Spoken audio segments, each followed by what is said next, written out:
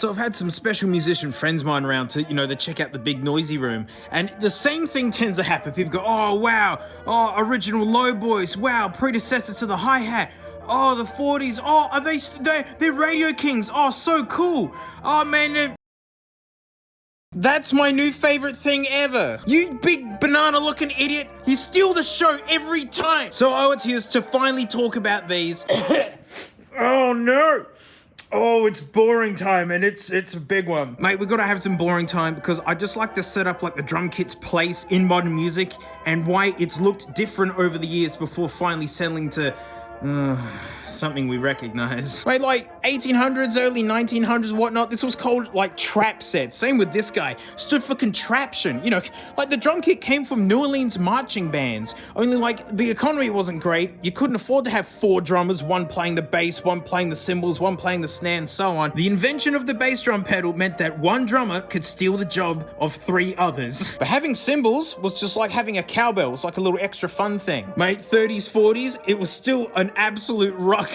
Temple blocks, cowbells, your drums at ridiculous angles. This is how it is, I can prove it. I've been doing so much reading up on all of the era. I mean, it helps having a jazz degree, but knowing of Downbeat magazine, this was the musician's magazine of, this one's from 1942. Oh, look how good the print and the ads look. Like, this is nearly 80 years old. Oh, it's Paulie McClintock with that goober face, and there you go. Look, mate, the toms hanging out on the side. And cymbals didn't get much bigger than this, right? They were just effects things, little things that you hit and tap. Papa Joe Jones was sacked from like 5 bands for using the hi-hats. An iconic piece of the drum kit now. First gen hi-hat stand. It's nice. But during the 40s, to me, this is when the drum kit was born, the 4-piece setup, big, thin cymbals, man, still 28-inch kicks, and that was because these giant kick drums were to get over an orchestra. That's what these were basically being played with at the time. Look at the size of this compared to a modern 20-inch kick. These are monsters. Microphones? Nah, you're not getting any of them. And even if you did, you're lucky just to have one hanging over the top of you. It's why a lot of jazz albums sound terrible. 60s, mate, having 2 tones was becoming popular, but it was in the 70s when drums started to get really big, really crazy. And same with the cymbals. Things were getting loud. They were playing catch up with amplified instruments. You see like 1970s rock bands with their massive amp stacks. Well, drums have to compete with that. Like, electricity is not on our side. Learning of like early Led Zeppelin gigs, no mics on the drums. John Bonham apparently liked Ludwig because he swore they were the loudest. And this fight of drums against amplified instruments is what spawned the staccatos. These banana-looking beauties. Mine just happened to be yellow. They came in any color that you liked. Yellow for me being the best at getting especially against the black interior there. So these are made out of fiberglass. And yes, the bass drum looks like a pair of pants. Oh no, it's got like a Homer Simpson waistband thing to, Look at that for a floor tom. Let's get this freak out on its own. Hang on, yeah. Yep, they look really goofy when you separate them out. Oh, I forgot how dumb this looks. This has been set up with the rest of the kit for so long. But when you get it all set up, it slots in perfectly. I guess. What's the idea of this? What I've read about is that it's acoustic amplification.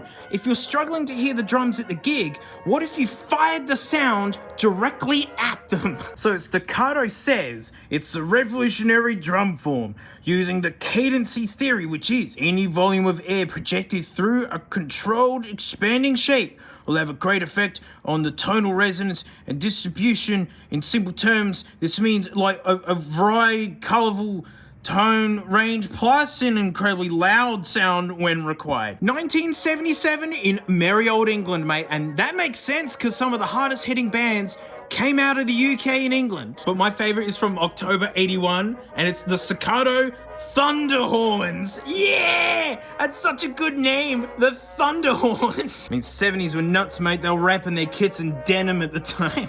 That's real denim. They got these spiffo lugs called Tune Lock.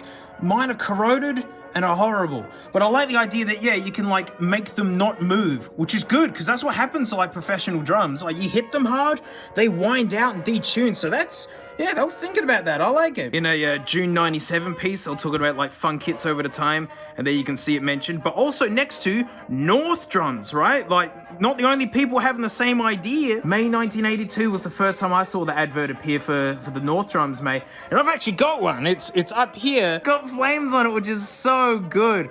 Boy, I wish I could have a whole set of these, but to find one, I'm happy. And in July 1985, Impact with their own like fiberglass weird looking shells that kind of face at you. There was a whole market segment for these kinds of drums.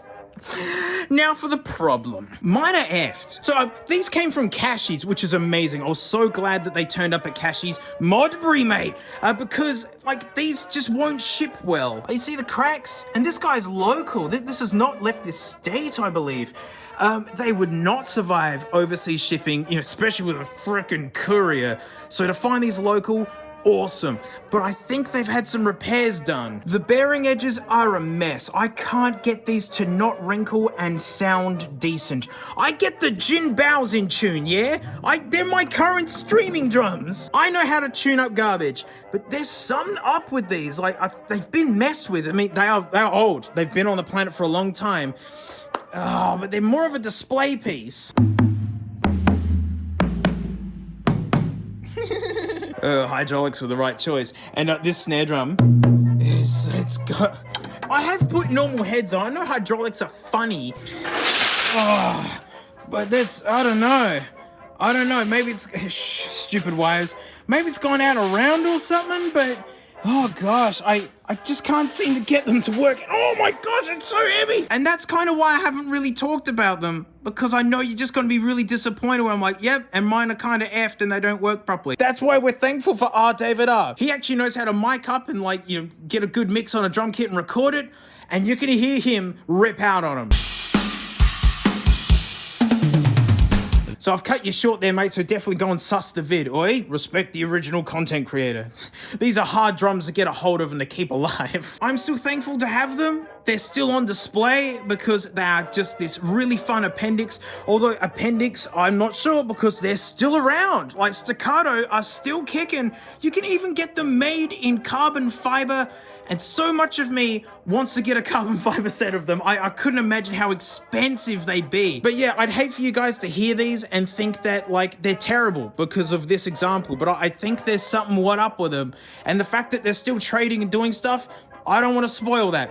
But I love the shape and the look. It gets all the attention in the world. Well, if everyone wanted volume, why didn't everyone get these? Well, 1980s. That's when microphones got cheap. That's when electronics got small. And they just made the drums bigger anyway.